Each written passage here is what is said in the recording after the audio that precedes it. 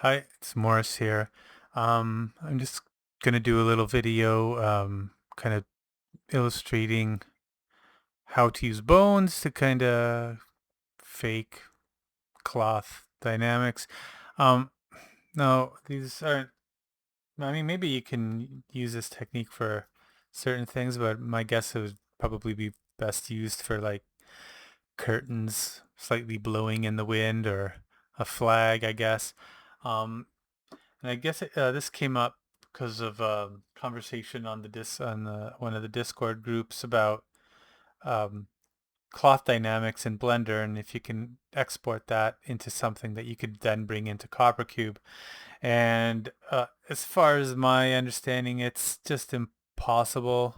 CopperCube is a very old game engine, and the animation formats that it does import are none of which I think allow for like shape key animation or vector animations.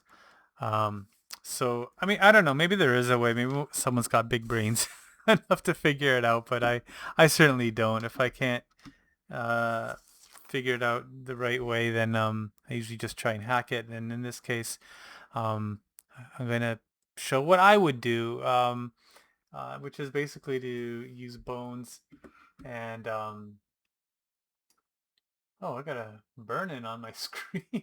CopperCube. Anyways, so I'm gonna kind of wing it. I don't really have a big plan, but I'm just gonna start with something and let's see where it goes. I'm not gonna do anything really complicated um, in order to keep this nice and simple. So then, if you're following, you know, get sidetracked by a billion other things, which I probably might fall into. Anyway, so I have Blender open right now. I'm just gonna delete everything and let's bring in, I don't know, I'm just gonna bring in a mesh. Where is it? Let's just bring in a grid. Good enough. Um, so I don't know. Let's just scale it. Um, Scale it in X by 2. Wait, why didn't that work? SX2? Oh, I'm sorry, my numlocks was off. Um, all right, that should be good enough. Um, Here, why don't we RX minus, oops, RX 90. All right, why don't we do like a curtain or something? How about that? All right, let's just stick with that. So I did it in edit mode, so then that way I don't have to deal with freezing any transformations. But either way, just rotating it here and then freezing transformations should be good. Okay, so let's start somewhere. So let's bring in a bone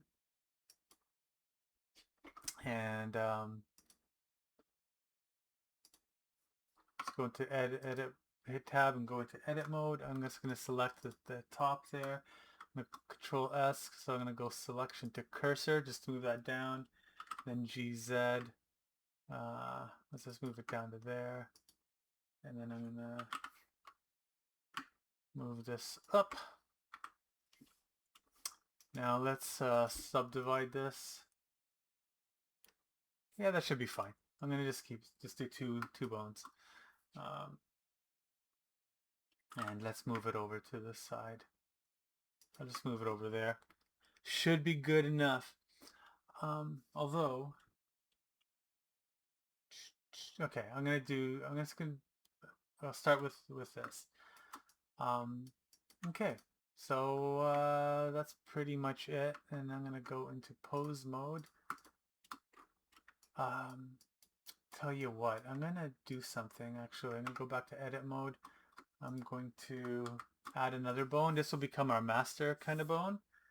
Let's move it up here and we'll go into pose mode. Now I'm gonna, first things first, because this will be my master node, I'm just gonna turn off deform on it because these guys are gonna actually deform the geometry, but this isn't. So I'm just going to turn that off and hit F2, and I'm going to call this curtain main. And yeah, and so actually let's go back to edit mode. Damn it. Come on. Here we go. Sorry. So I think it's this way. It says Control P, keep offset. Let's go to pose mode. Yeah, okay. So now this guy will drive everything once everything's connected. So let's start the animation business part of this. Yeah, that's gonna leave it like that. So let's add some keyframe. I'm gonna just hit I, which will just put keyframe on all the location, rotation, and scale for the bones, which is fine. I'm gonna change my dope sheet to the action editor, and I usually want to have just curtain default. Let's hope this works. So this will just be like a default pose, so then I can always revert back to it. And I'm going to turn this so that it has like a fake user.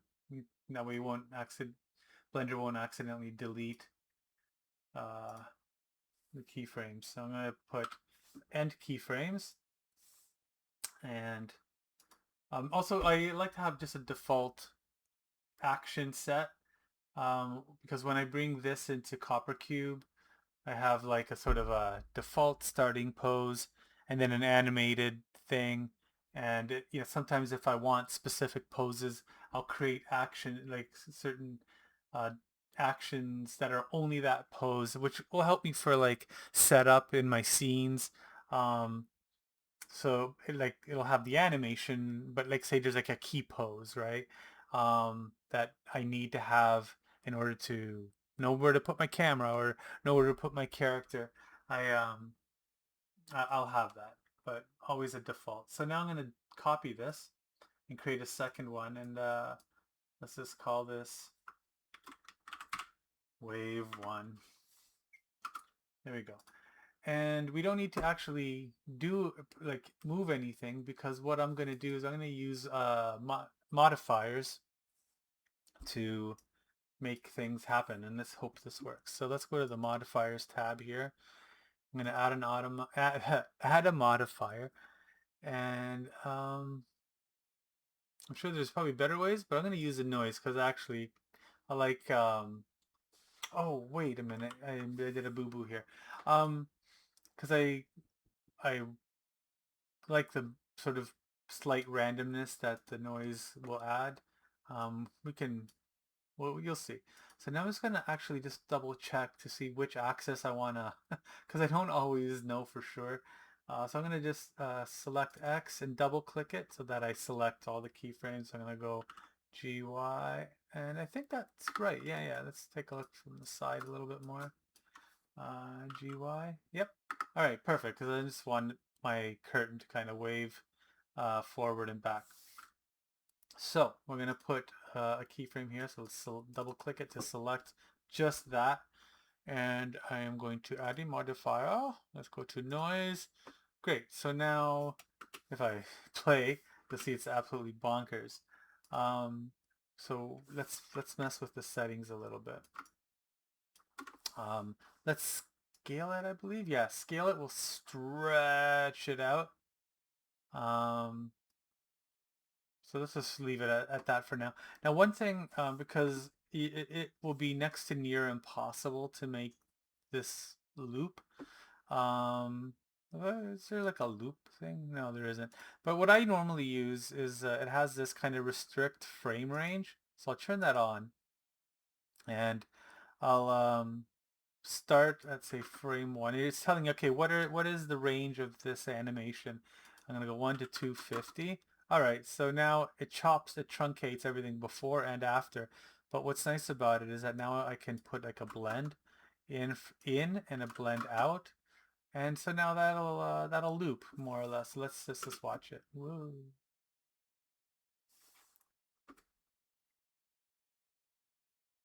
Let's see if it loops. Yeah, not bad. It is a half decent loop. Um, Now, one thing we might be like, okay, well, that's just too, we've adjusted the scale, which is like, say, the frequency, I guess, is one way to think about it. And we're gonna adjust the no, is it the amplitude? It's like how much it's moving. So I think we can just tone down the strength of this. So 0. Let's go. Let's just say 0.25. All right, not bad. And so let's go back to 1. Now, all right, like I'm fairly content with that. So what I can do is I can see these two icons. This is basically copy and paste. So I copied this the modifiers here. Let's see what happens. Yeah, copy F modifiers. Now I think if I had multiple modifiers, it would just copy all of them. So just know that. Anyways, and right now we only need one, and that's fine. So now I'm going to select this bone. I'm going to just make sure that X is the same thing. Yeah. And let's paste that thing. So now what's going to happen is, let's look at it from the side. Ugh, yeah, let's look at it with some perspective. So now if I hit play, you see they're kind of both doing the same thing, and I might not want that. Like, it makes sense for, let's say, okay, first of all, strength, it makes sense for at the top to be less because it's attached to something, right? Like the curtain rod. But at the bottom, it should be a little bit freer. So let's bump that up, let's say to 0.5, right? Okay, well, that's not so bad. Now, it's a little, it would be nice to give it, it's a little regular. It's kind of almost like a joint, when one rotates, the other one rotates as well. So what we can do to sort of change that is you can offset it a little bit. So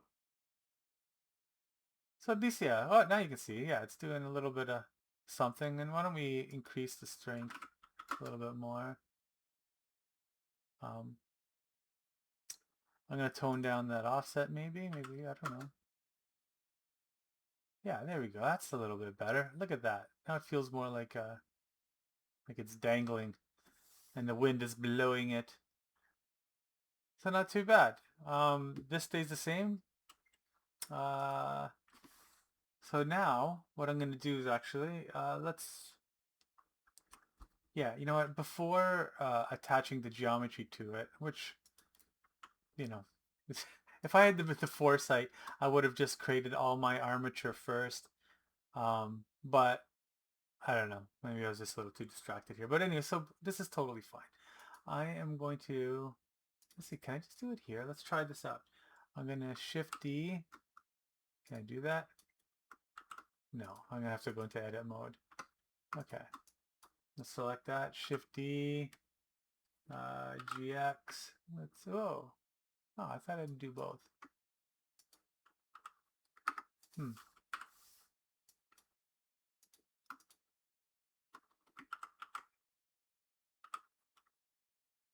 Oh, weird. Didn't want to do that.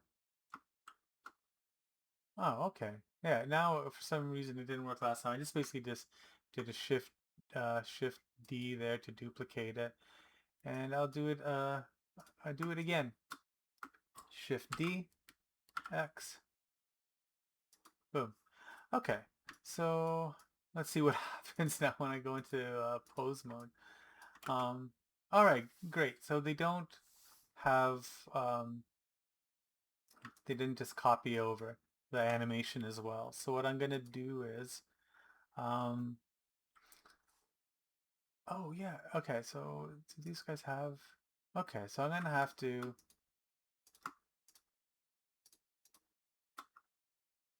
No, let's actually test. There we go. Whee! Okay. Oh, I have magnet on. That's why it was snapping. Okay, well, that's not so bad. It worked in my favor. Okay, so let's keyframe these guys. Let's go to frame 1. because it needs to have at least active keyframes, even if they're not doing anything, to work. So let's go back here. Now, for now, let's just start with something. So I'm just going to copy and paste that. And let's go back here, select X, double click it to select it, to make it the selected function curve, paste. And now, they're basically it's almost the same. So let's now go here. This will be just our starting point for the other guys. Don't worry, we're going to randomize it. And double click, paste this, open, select X, double click, paste. Okay, now basically they're essentially just clones of each other. See, they're doing the same. But let's mess around with that. Let me just check something. So they're all in there. All the bones are part of this. Is this? Boop, boop, boop. Oh yeah, this guy is. They all have keyframes. This is that.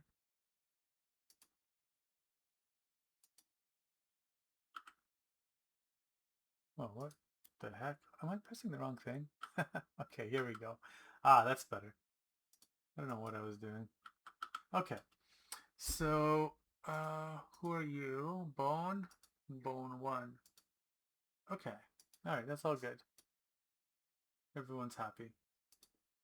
All right, so let's start randomizing this a little bit. Let's work on this guy. And what I normally do is if I'm gonna randomize it, like actually I wonder if we could just hit phase. Let's see. Oh yeah, okay. Well, okay, let's try that. Phase. I'm gonna make both these 4 and let's make this 8. Phase 8. Because in this way we can keep all the values but just change the phase, which kind of keeps things nice and simple. So let's yeah,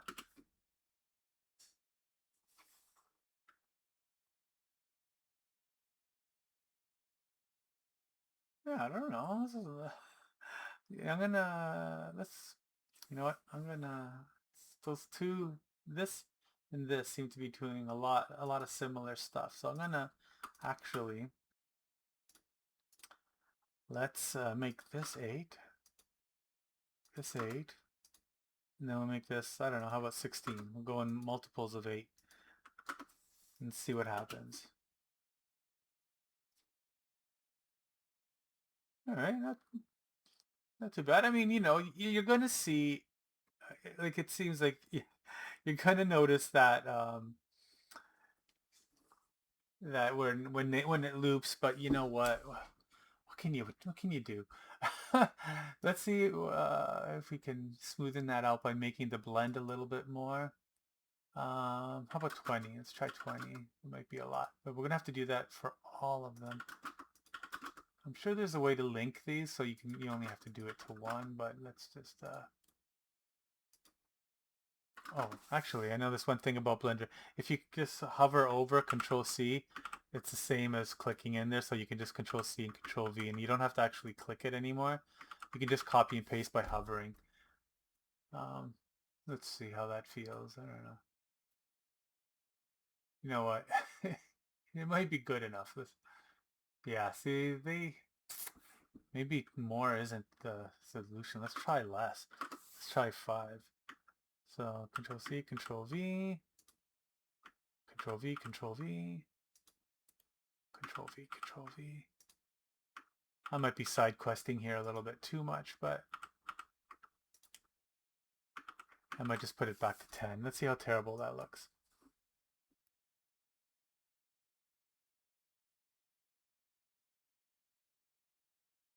Oh, you know what? I'll just leave it at 5. It's fine. Good enough.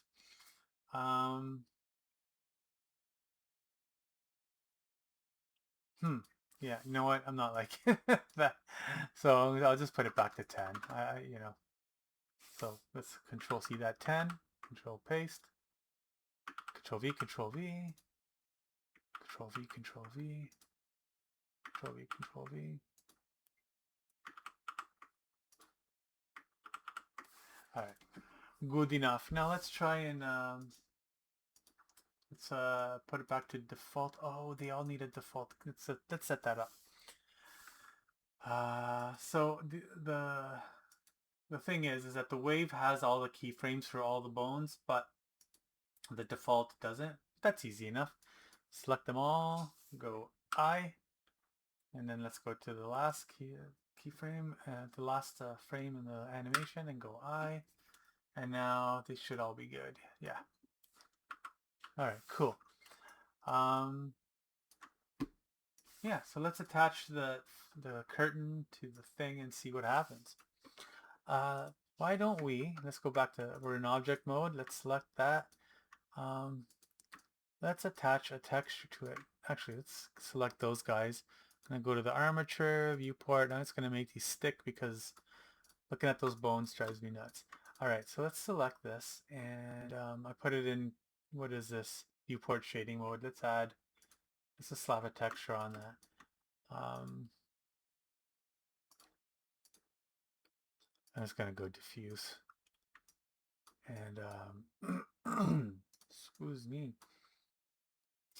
Oh man, I hate this layout. Guess I haven't changed my my defaults. I'm gonna go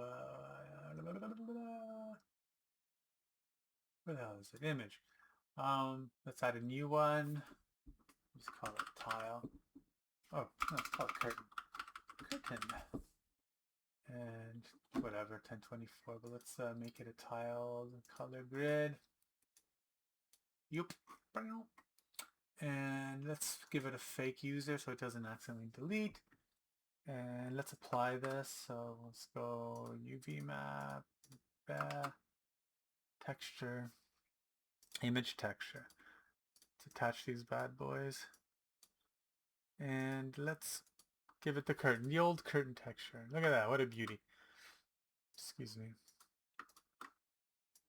Okay, good enough. So I'm going to select this.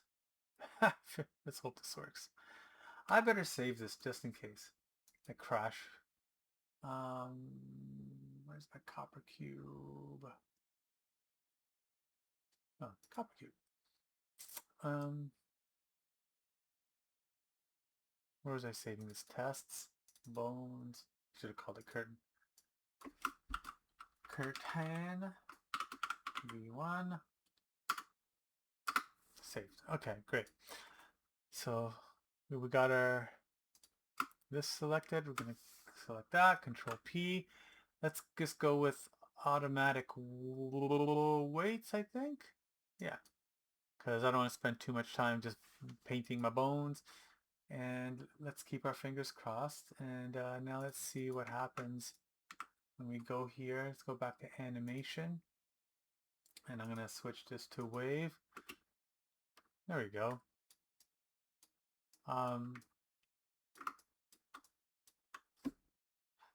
So look, if that's going too fast, if you want to slow it down, actually, why don't we do that? Let's slow it down. That's but with scale. So why don't we scale it to 40? 40 here. Let's just do. I mean, these are all ways you can actually, you can like adjust the scale for all the bones to be different if you want to get more randomness. But I'm just trying to just keep it simple.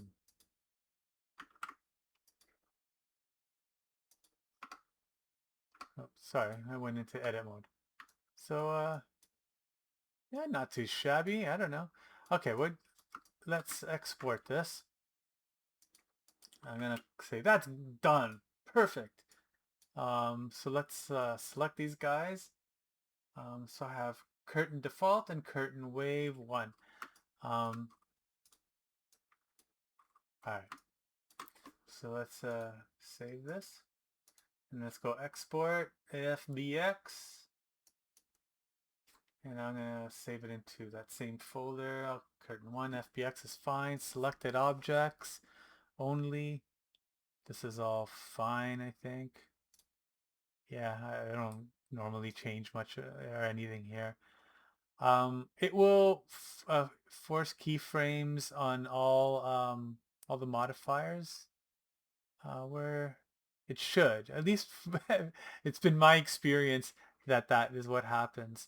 Um, apply modifiers, blah, blah, blah. I don't know. Yeah, I'm pretty sure it will, but we'll find out in a sec anyway. So I think that's done. Yep. Okay, so let's, I have a CopperCube open somewhere. And let's go File, Import, Animated 3D Mesh. Where's the CopperCube? And where do I have my tests? Bones. Let's hope it doesn't blow up for some reason. Now, did it come in? Oh yeah, okay, let's add... Okay, let's see, maybe we're looking at the wrong side. Let's slap a texture on that. I bet you were probably just looking at the wrong side. Yep, there it is.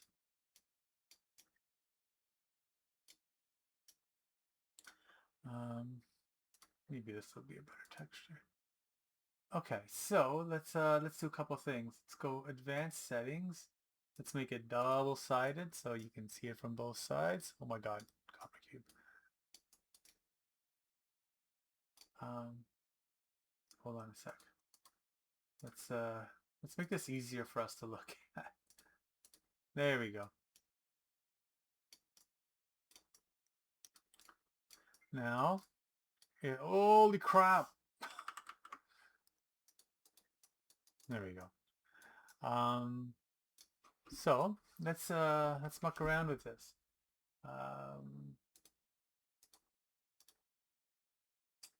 Holy cow, bunga, dude.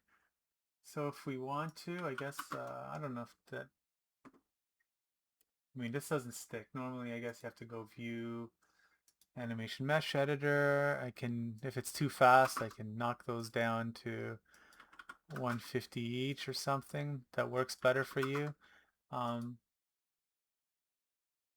Or if, you know, if that's too slow, I guess you can probably go to 600. Let's see what happens. Actually, I didn't mind 300.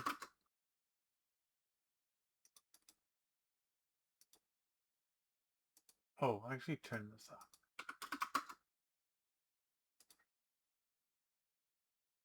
So it's probably a nice windy day. I'm gonna stick it back to 300. Anyways, that's that, I guess. Like, I don't know what else to say, but I hope this has been helpful to whomever needs it.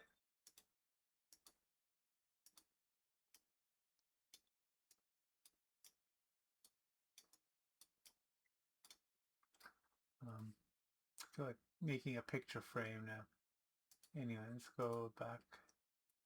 Let's make a Cuba. Yeah.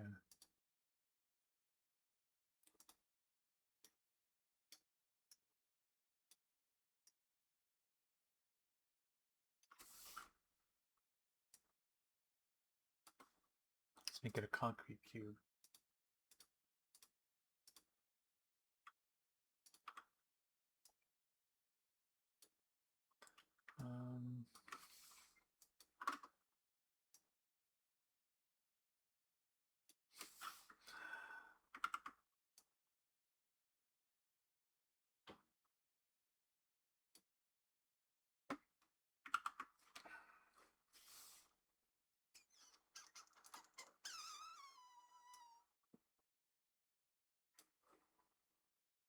Oh, wow.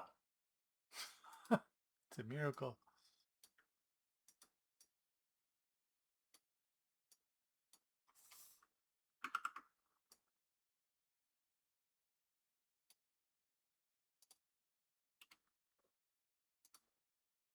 There we go. Now, here, I'm going to try something. Here's my animated mesh. That's X, Y, Z, right? Okay. What happens if we bump up scale of Z? Does that increase the... Yeah, it does. I mean, it starts to look really ridiculous. But, you know, there are little things you can do if, like, instead of if you probably the best solution would be to go back and you know, play with those modifiers in Blender to make it the wave more intense. But you know, if you're stuck and you're in a pinch, you can just scale the actual object. But whatever. Anyways, I hope this was helpful to you, Monkslit, and anyone else. If you have any questions, feel free to just throw them at the bottom of the video, and I'll try and get back to you. All right, take care. Have a good night.